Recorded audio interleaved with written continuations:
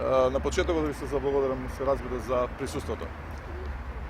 Денес во оваа држава не смее да се биде против кандидат на власта. Денеска во оваа држава не смее да се биде опозицијски кандидат. Денеска во оваа држава, ако сте кандидат на опозицијата, ќе ви измислат такви лаги и невистини, ќе ви направат таков линч, кој што треба да ве отсрани и вас, и вашето семејство. Денеска во оваа држава, ако ја победите владата во прв круг, тогаш таа ќе ви украде победата и без тоа ништо се направи без никаква реакција. Денеска живееме во држава во која што помеѓу првиот и вториот круг се врши притисок врз сите кандидати на опозицијата. Вчера Наце Коцевски му влегоа инспектори во фирмата навечер. Во општиот центар се случува линч врз мене лично и врз кандидатите, врз советниците, врз сите оние што работат во нашиот штаб. Денеска живееме во држава во која што антикорупцијската комисија работи како продолжена рака на владата. Погледнете го сценариот.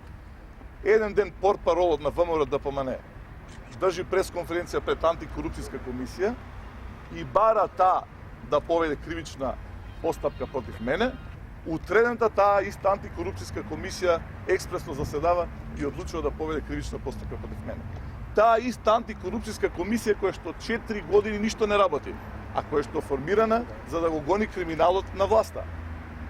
Се проводи антикорупцијската комисија, која што никако не сака да заседава за сите прекршоци кои што токму премиерот и министрите на владата прават во оваа кампања. Кога сме веќе кај антикорупцијската комисија, таа се обидува сега да најде секакви работи, лаги, невистини против мене. 10 стана, 10 куќи, потоа сум раководел со паркинзи, со јавни предпријатија, сум бил член дел од урбаната мафија и така натаму. На крај ќе искочи дека имам и кадни гражи, па ќе излезе дека и Зебра не е на Тодоровиќ, туку е моја собственост. Таа иста антикорупцијска комисија, за која што бара во собранието да се укине, затоа што е секогаш положена рака на владата. Таа сега наоѓа да заседава на 4 дена пред изборите за мене. Со никакви докази, а знае дека секогаш мојот анкетен лист бил уредно, чисто пријавен во целиот период кога имав јавна функција.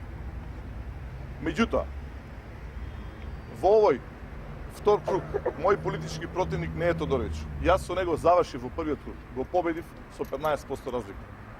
Политички противник во овој втор круг е Никола Груевски и владата која што позади мене.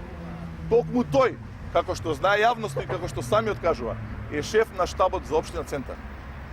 Токму тој е наредбодавачот за цела оваа гнасна кампања која што е насочена против мене, против советниците на опозицијата, против сите нас кои што се бориме во општина Центар. До каде ќе оди овој линч?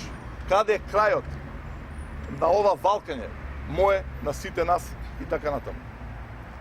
Дали тој, за кој што јавноста знае, дека купи 4 стана, додека Македонија крвареше, додека беше масакрот во Вејце, односно на Карпалак, ме напаѓа мене кој што живеам во стан, во куќа наследство на дедо ми, стара куќа 80 години.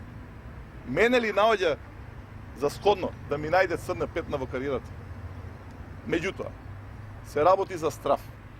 Мене, нас, не може да не уплашат. Ги издржавме сите притисоци заедно, целиот тој период. Ги издржиме уште 2 дена. Стравот е на друга адреса. Стравот е во оваа институција позади мене. Во овој човек што раководи со оваа институција позади мене. Тој е оправдан страв. Тој е стравот наречен ревизија за Скопје 2014.